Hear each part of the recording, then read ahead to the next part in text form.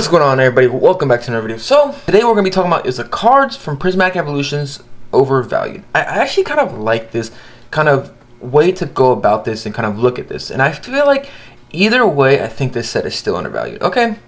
And where did I get this comment from? And also, no hate to him. I mean, he's really cool. I like this idea. Like, I kind of like this conversation to go about and kind of talk about here. This is a kind of point that I think is a good kind of conversation with this, that you can actually kind of makes sense a little bit, you see what I'm saying? But at the same time, I still think this set is undervalued. Okay, so we're gonna go based off of this.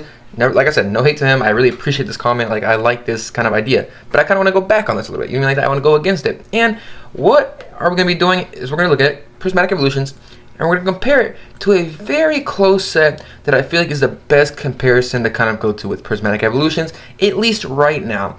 And why do I say that? Is because one, they're both specialty sets. We're going to be on 151. They're both specialty sets. They're both in the same era. They're both kind of, I guess, kind of hype, the most hype sets in the era right now. So I feel like it's the best comparison to kind of go off of. So we're going to go based off of these sets. Like I said, you can't really kind of, it's kind of harder to kind of compare this set to Evolving Skies. Like, you can compare it, but it's kind of a little bit difficult. And I like the way he was thinking about this. So the way what he said is that he thinks these cards are overvalued, and the product is not the product is not overvalued.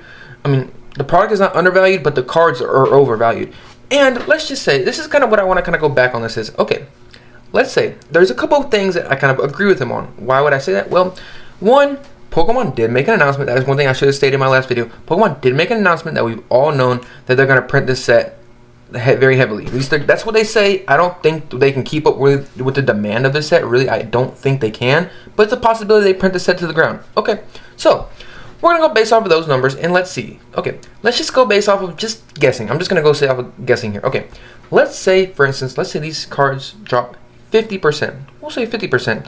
They could drop 75, 80%. I don't think there's no way they could drop that low. If they do, it's gonna be bought up like insanely crazy. But okay, let's say drop 50%. We still have, let's see, let's just look at it. Okay, let's look how many cards would be above $100 in a set. Let's just see. Okay, so instead of 16 cards being over $100, there would be 10 cards above $100. Just 10 cards above $100. You would have 1, 2, 3 cards above $200, and 1 card above like the $500 mark. Okay. But if we kind of compare that to, I think the best, like I said, the best comparison, I feel like it's 151. 151, let's look at 151 prices. 151 prices has 1 card at $250, and the rest of them are below $100. Below $100. So, and look, the way that I'm kind of comparing, why I'm best comparing this to 151, is because the packs are kind of about the same price right now. They're not really 100% at the same price, but they are. And also a big factor that I think a lot of people forget with 151 is there's a buttload of product getting printed a lot right now. Y'all know the Blooming Waters premium collections. That's a reprint. There's so much of those out there. Like, yes, we see people devouring those in like a second, but that's so many of, y'all don't understand how many Costco's, how many GameStops, how many other stores are really going to get this amount of product of 151.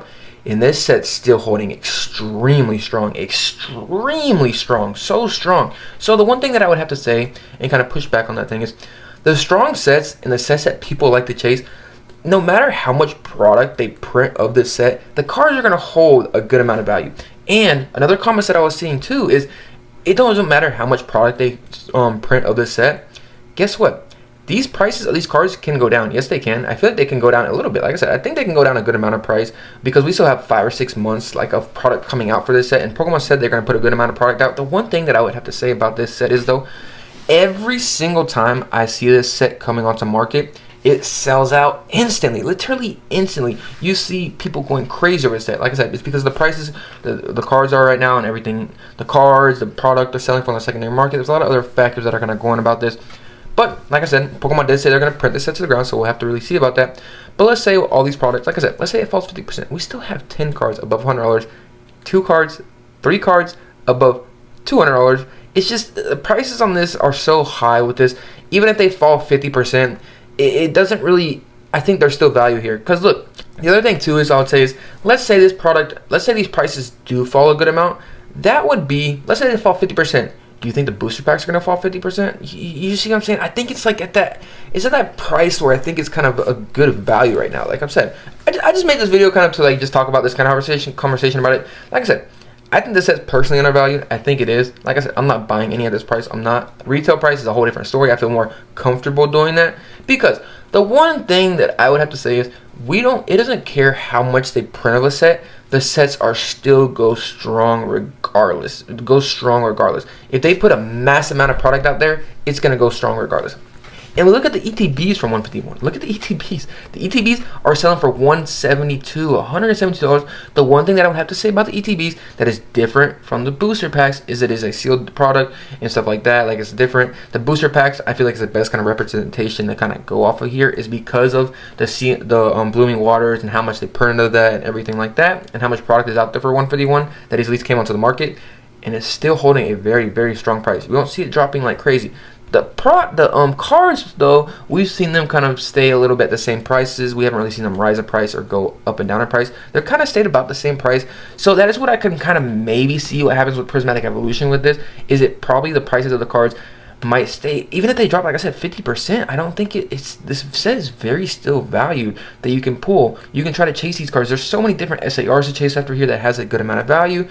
That's just my opinion on this. I just kind of want to have this conversation with this too. So I would love to hear y'all's opinion on this and see what y'all think of this. It's crazy though. It's crazy because this set is a very strong set. It's a very strong set. And I don't even see, the main thing too, I would have to say kind of with that is, I don't see these cards falling 50%. I really don't.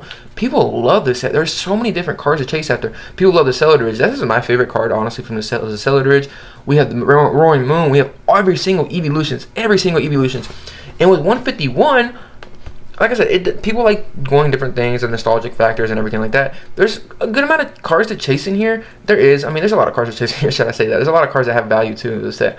But I think Prismatic Evolutions, the cards to really chase is just better in my opinion, really. I think there's more cards to chase in this set and more value here. But that's just my opinion on this. I would love to hear y'all's factor on this and see what y'all think about this. Like I said, I just kind of want to have a conversation and see what y'all think about this set. Like I said, no hate to him in this comment or anything like that. I just kind of want to push back and kind of say my opinion on this. So thank you for your comment. I really appreciate that. I like that kind of stance. I like having an actually educated side to making sense of this. You see what I'm saying? Like, some people are just like, oh, this should be market price, blah blah blah. You see what I'm saying? You can't.